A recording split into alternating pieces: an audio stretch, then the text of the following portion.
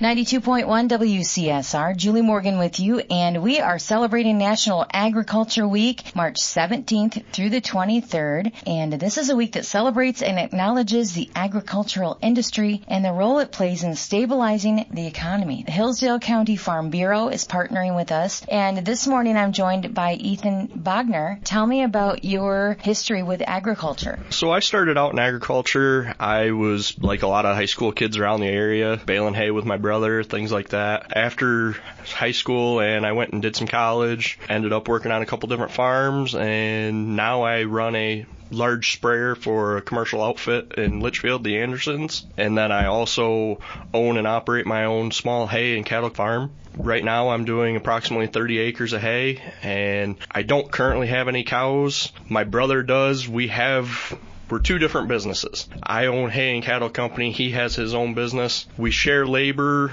but we keep the finances separate. Family and business sometimes can be tricky, so easier to keep it a little separate there. How does that dynamic work, and do you have children that you want to bring up into this business? I don't have any children. My brother does have several kids that are involved. My oldest nephew, well, he's not my oldest, but just turned 18. He's helped us do hay and actually feeds calves in the morning when we need him to. He's just got the president of the FFA for Michigan, so that was a big accomplishment for him. We've got another nephew of mine, he's 10. He helps where he can. We bale some heavy bales. We do a lot of square bales. He tries. I'll give him credit. And he's also involved in 4-H. We've got some up and coming. What does that say about the work ethic of the future? We've got help coming up if they want to do it. The work ethic is out there. It's not as prevalent as it once was. What's the importance of agriculture and teaching that work ethic?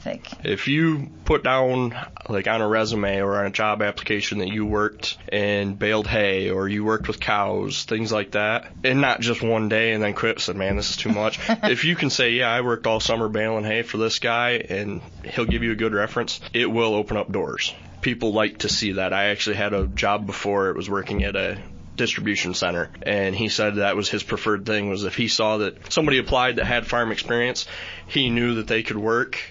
It also, not just work ethic per se, but problem solving. You know, if you're doing something on the farm, a lot of times something breaks, something you can fix, you do it. You don't just call and be like, oh, well, I got to stop and wait for somebody else. You jump in and fix it. What advice would you have for young people who are hearing this and saying, maybe they're 13, 14 years old and they're hearing this and saying, oh, well, maybe that's something I want to do. How would they get started if they don't already live on a farm? I guess the best way would be talk to some of your classmates, because this is a rural community. Somebody in your class is farming, I'm sure, and they can point you in the direction of somebody in your area that maybe is looking for help, whether it be feeding calves, working hay and straw, or just if you're out and about, you're riding your bike and you see somebody in the field, stop and, hey, do you got anything that I can do? You know, what can we work out here? And that'll show you have initiative too. Yes. Ethan, what happens to these products that you produce, the cattle and the hay? Well, the hay, I pretty much will feed it to our cows, or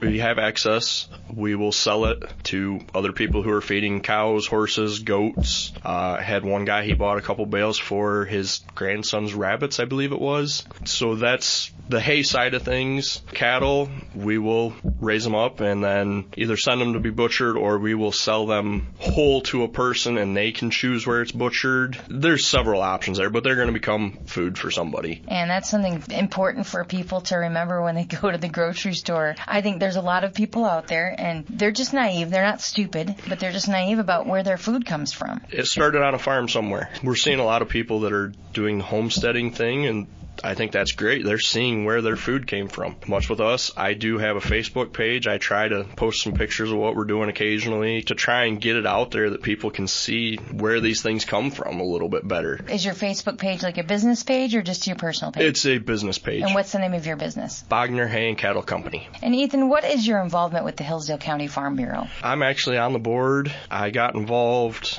about a year and a half ago and was given the opportunity to go to the Young Farmers Leadership Conference in Lansing last year. Had a really great experience, and we found out there was an opening for my seat, so I joined the board. I've helped with the Ag Career Day that we do down in Waldron last year. This year we're doing it up at Weldon Farms. We'll have 9th through 12th graders throughout the county, and I believe we've got 3 schools out of the county that will be invited to attend, and they can learn about different agricultural careers. And if someone wants more information on the Hillsdale County Farm Bureau, you can call them at 517-437-4258. They also have a website, ctyfb.com.